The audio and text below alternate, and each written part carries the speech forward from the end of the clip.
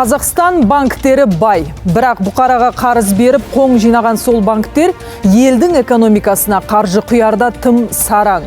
Президент биылғы жолдауында бетімен кеткен банкирлерді сынады. Қарызды да, пайызды да ойдағыдай орындап, жілік майын жеп отыр.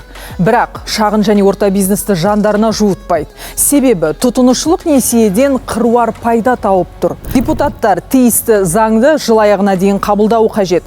Қазіргі қарқын қандай? Басына іс түскенде бұл банктер үкіметке алақан жаяды. Мемлекеттен көмек алған банктердің 4-еуі мемлекетке әлі 1,3 триллион теңге қарыз. Бізде қонақта қаржы нарығын реттеу және дамыту агенттігі төрағасының орынбасары Олжас Қизатов. Банк реформасы былтыр басталғанымен қарқыны тым баяу. Себебі түсініксіз. Банк туралы жаңа заңды әзірледік. Ол жұмысты біз ұлттық банкпен бірлесіп жасадық. Мемлекет қиналған кезде қол ұшын созатын банктердің қарасы өте аз. Сол бәсекелестікті арттыру мақсатында базалық және амбайбап лицензияны енгіземіз.